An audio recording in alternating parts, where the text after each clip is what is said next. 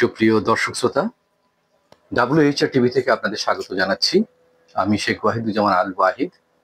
আপনারা দেখছেন আমাদের সংবাদপত্র বিষয়ক, বিশেষ করে সাংবাদিকতার রীতিনীতি ও কলা কৌশল বিষয়ে আমাদের নিয়মিত কন্টেন্টগুলো। ইতিপূর্বে আমরা এই বিষয়ে অনেক মূল্যবান তথ্য আপনাদেরকে উপস্থাপন করেছি। এ পর্যায়ে আমরা সবচেয়ে গুরুত্বপূর্ণ যে বিষয়গুলি সেই জায়গাটিতে আমরা আপনাদেরকে নিয়ে যাচ্ছি, যেমন সংবাদ লেখার প্রচলিত নিয়ম ও কলা কৌশল। এই সংবাদ লেখার প্রচলিত নিয়ম এবং কলা কৌশল জানার খুবই প্রয়োজন সাংবাদিকদের। এখনকার সময় যারা ইউটিউবের সাংবাদিকতা করছেন তাদের কিন্তু এই বিষয়ে অনেকেরই ধারণাই নেই। তারা শুধুমাত্র লাইভ করতে পারলেই বাঁচেন, এবং অনেক সময় দেখা যাচ্ছে যে কোন কোন বিষয়টি কিভাবে সাজাতে হবে, কিভাবে উপস্থাপন করতে হবে, সেটা তাদের ধারণার মধ্যেই নেই। তাদের জন্য বলছে এটি দুই দিক থেকে তাদের জন্য কাজে লাগবে। যদি তারা এটি লিখন পদ্ধতি অনুসরণ করে এটা সংবাদ আকারে লিখেন এবং লিখে পরিবেশন করেন, তাতেও তার জন্য সহজ হবে। এবং সেই লিখিত সংবাদটি যদি স্মরণ রেখে তিনি যদি সুন্দরভাবে উপস্থাপন করতে পারেন মৌখিকভাবে, তাতেও তিনি কিন্তু জনপ্রিয়তা পাবেন এবং গ্রহণযোগ্যতা সৃষ্টি হবে। প্রথমেই আমরা বলি, সংবাদ লেখার আগে সংবাদের মূল উপাদানগুলি যথাযথভাবে সংগ্রহ করতে হবে। তারপর 15-20 মিনিট ঠান্ডা মাথায় ভেবে সংবাদটি কেমন করে সাজাবেন, শিরোনাম কি হবে, ভাষার ব্যবহারের চমক তথা আকর্ষণের বিষয়টি মাথায় রেখে প্রথমে সংবাদটির একটি খসড়া তৈরি করুন। একবারেই ফাইনাল করার দরকার নেই, একটি খসড়া তৈরি করুন। সংবাদ তৈরির বিশেষ কোনো নিয়ম বা সূত্র নেই। এখানে লক্ষণীয় বিষয় যে সংবাদ ভাষ্য লেখার সময় উল্টো পিরামিড পদ্ধতির ব্যবহার আজকের সারা দুনিয়াতে বিস্তৃতি লাভ করেছে। উল্টো পিরামিড অর্থাৎ পিরামিড, যে ত্রিভুজ আকৃতির যে একটি পিরামিড আমরা দেখেছি, সেটাকে যদি উল্টেই দেওয়া হয়, সেই অবস্থাকে সাধারণত ব্যবহার করা হয়েছে। তো সেখানে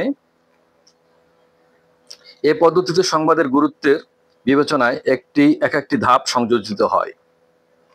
সবচেয়ে গুরুত্বপূর্ণ অংশ সংবাদ ভাষ্যের শুরুতে এবং সবচেয়ে কম গুরুত্বপূর্ণ অংশ সংবাদ ভাষ্যের শেষাংশে স্থান পায়। এই পদ্ধতিতে সংবাদের প্রথম অংশ সর্বাধিক গুরুত্বপূর্ণ বিষয় সারমর্ম আকারে সংযোজিত হয়, যেটাকে আমরা ইন্ট্রো বলে থাকি। অর্থাৎ ইন্ট্রোডাকশন, সংবাদের পরিচিতি, 2-3 লাইনের মধ্যে যে কথাগুলো বলা হয় সারাংশ, সেটাকে সংক্ষেপে বলে আমরা ইন্ট্রোডাকশনের সংক্ষিপ্ত আকারে ইন্ট্রো বলে থাকি। তবে সংবাদ লেখার কমন সূত্র হিসেবে 5W এবং 1H এর অবদান অনস্বীকার্য। একে সংবাদ লেখার ছক হিসেবেও গণ্য করা যেতে পারে।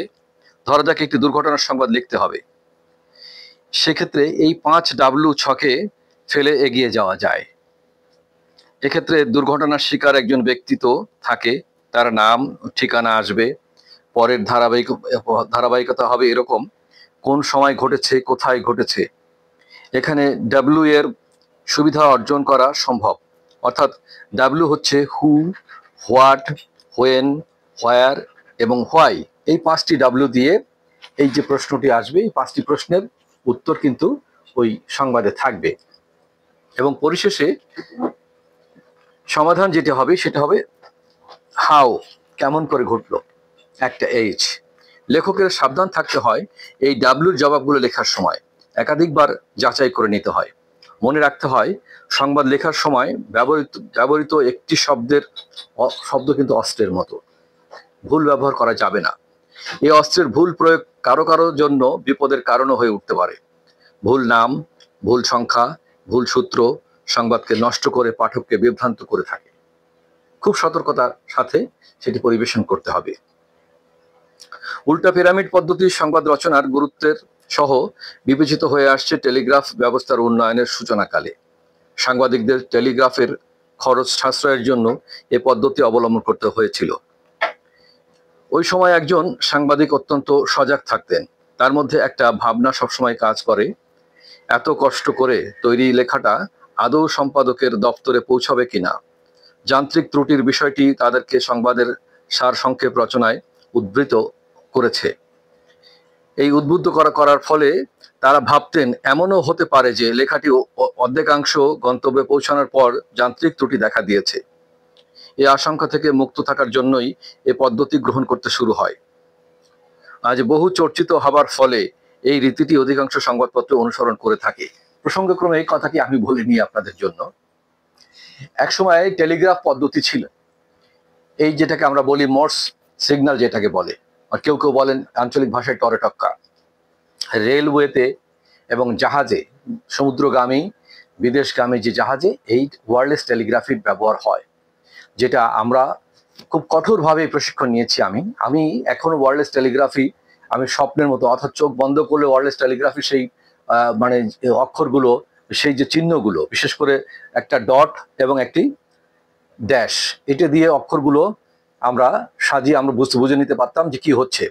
যেমন একটা ইংরেজিতে একটা ই একটা শব্দ আছে বা এ একটা শব্দ আছে, এটা টেলিগ্রাফির ভাষায় কিভাবে আসে? টেলিগ্রাফিতে যখন কোনো একটা শব্দ হয় তখন হচ্ছে ডিড ডা, এটা হচ্ছে এ। একটা ছোট্ট একটা শব্দ হচ্ছে, আর একটা শব্দ একটু লম্বা হচ্ছে, তার মানে হচ্ছে একটা এ। আর শুধু ডিড, তার মানে হচ্ছে ই। শুধু ডা, এটা হচ্ছে টি।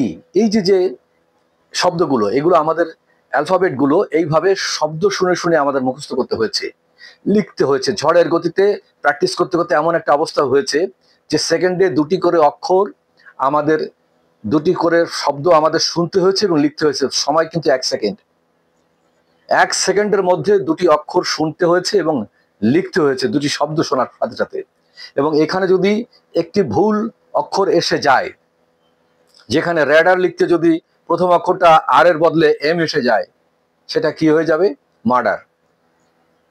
এই যে শব্দ চেঞ্জ হয়ে যায়, এখানে কতখানি সতর্ক থাকতে হয়। এই কথাগুলো কেন বলছি? যে আমি একসময় ম্যারিন অফিসার ছিলাম, আমি সমুদ্রে চাকরি করেছি। সমুদ্রে এই যে যোগাযোগ কমিউনিকেশন ব্যবস্থার সাথে আমি ওতপ্রোতভাবে জড়িত ছিলাম। কমিউনিকেশন ম্যানেজমেন্ট, মার্কেটিং, বিভিন্ন বিষয়ের পরে আমাকে প্রশিক্ষণ নিতে হয়েছে। এবং সমুদ্রে 7টি বছর চাকরি করার সুবাদে আমার এই কাজটি রপ্ত করতে সহজ হয়েছে। পরবর্তীতে সাংবাদিকতার আমি নাবিক জীবনে প্রবেশের আগেই স্কুল জীবন, কলেজ জীবনে সাংবাদিকতার সাথে ইনভলভ ছিলাম। পরে সামুদ্রিক জীবন 7 বছর ছেড়ে দিয়ে এসে, 7 বছর পরে এসে আবার সেই সাংবাদিকতা, সেই নেশা যেটা আমার কখনো যায়নি, ওটি ছিল আমার মনের মধ্যে একেবারে বদ্ধমূল হয়েছিল। সেই নেশায় কিন্তু আমি আবার ফিরে দেশে এসে আমি সংবাদপত্রের জগতে আসলাম। সেখানে নিজে পত্রিকা করলাম, ম্যাগাজিন সম্পাদনা, সাপ্তাহিক পত্রিকা সম্পাদনা, এখন জাতীয় দৈনিক পত্রিকা সম্পাদনা করছি, একাধিক পত্রিকা সম্পাদনা করছি। এটি আসলে আমার পরিশ্রম এবং সাধনার ফল, এবং যে প্রশিক্ষণ গ্রহণ করার দরকার সেগুলো গ্রহণ করেছি বলে আজকে আপনাদেরকে এমন একটি গ্রন্থ লিখে উপহার দিতে পারছি, এবং এই গ্রন্থ থেকেই উদ্ধৃত দিচ্ছি আপনাদেরকে। এখানে আমরা উল্টো পিরামিড পদ্ধতিতে সংবাদ ভাষ্য লেখার সময় মূল ঘটনার সার সংক্ষেপ প্রথমে উল্লেখ করা হয়। যদিও 5W এবং এইচ সূত্রকে হালে অনেক সাংবাদিকই পুরনো ধরা বলে বলতে চান, তবুও বলতে হয় এই সূত্রের মাধ্যমেই শিরোনাম উপস্থাপনের বিষয়টি সুন্দর হয়ে থাকে। একজন সাংবাদিক যখন হু, হোয়াট, হোয়েন, হোয়ার, হোয়াই এবং হাউ এর জবাব তার লেখায় এবং সূচনাতেই নিয়ে আসেন, তাহলে তার লেখার জন্য অবশিষ্ট থাকবে খুব কম। অন্যদিকে 5W এবং 1H এর জবাব অনেক ক্ষেত্রে সূচনায় অনেক আনা সম্ভব হয় না। এক্ষেত্রে 5W এর H এর সংশ্লিষ্টতার সূচনাকে অসুন্দর, অস্পষ্ট করে দিতে পারে। যদি এই ধরনের পরিস্থিতি দেখা দেয়, তাহলে উত্তম উপায় হচ্ছে এই 5W এবং H থেকে কোনো অবস্থায় সংবাদ ভাষ্যটিকে অধিকতর গ্রহণযোগ্য, তথ্য নির্ভর এবং গতিশীল করে তা খুঁজে বের করা। এই যাচাই বাছাই কাজে যতটা সাফল্য আসবে, সংবাদ ভাষ্য ততই গতিশীল ও আকর্ষণীয় হবে। তখনই একজন পাঠকের চাহিদাকে কেন্দ্র করে সংবাদটি উপসংহার পর্যন্ত পৌঁছে যেতে পারে। একজন রিপোর্টার কি বলতে চাচ্ছেন তা যদি দ্রুততম সময়ের মধ্যে একজন পাঠকের বোধগম্য হয়, তাহলে সেই রিপোর্টার সফল বলে বিবেচ্য। যেমন ধরা যাক, একটি রিপোর্টটির সূচনা হলো এমন ভাবে যে গুরুতর রাষ্ট্রদ্রোহিতার অভিযোগে নওয়াজ শরীফের মৃত্যুদণ্ড হতে পারে। পদচ্যুত হওয়ার পর তিনি এখন সেনাবাহিনীর নিরাপত্তা হেফাজতে আছেন। এদিকে পাকিস্তান গতকাল সোমবার ভারতের সঙ্গে সে দেশের আন্তর্জাতিক সীমান্ত থেকে সৈন্য প্রত্যাহার শুরু করেছে। প্রথম আলো, 19 অক্টোবর 2099। সংবাদ সূচনায় সংবাদ সংক্ষেপের বিবৃতি হয়েছে এখানে। পাঠক এইটুকু পড়ার পর বুঝতে পারে পুরো সংবাদ কি বিষয় থাকবে। অর্থাৎ এই যে বিষয়গুলো আপনাদের সামনে আমরা তুলে ধরলাম, এটিরই কিন্তু এখানে এই যে উল্টো তৈরি, মানে উল্টো পিরামিডের যে বিষয়টি, সেটা কিন্তু এখানে আমি দেখিয়েছি কিভাবে। দেখুন, এই যে উল্টো পিরামিড, এটি হচ্ছে এই পদ্ধতিটি। প্রথমে দেওয়া আছে সংবাদ শিরোনাম। সংবাদ শিরোনাম প্রথমে লিখতে হবে, যত অল্প কথায় আধা লাইন বা এক লাইনের মধ্যে খুব আকর্ষণীয় করে সংবাদ শিরোনাম লিখতে হবে। তারপরে হচ্ছে ইন্ট্রো বা সংবাদের সূচনা, আলাদা ছোট্ট একটি প্যারার মধ্যে 3 লাইন বা 4 লাইনের মধ্যে হতে পারে। বিস্তারিত ঘটনা সংবাদ কাহিনীতে পরে, তারপর হচ্ছে তথ্যসূত্র, সাক্ষ্য প্রমাণ, এবং সর্বশেষে জনমত বা প্রত্যাশা। এই হচ্ছে সংবাদ তৈরির কলা কৌশল। এরপরের পরবর্তী পর্বে আপনাদেরকে কিছু নীতিমালা সম্বন্ধে আমরা আলোচনা করবো। আমাদের সাথেই থাকুন।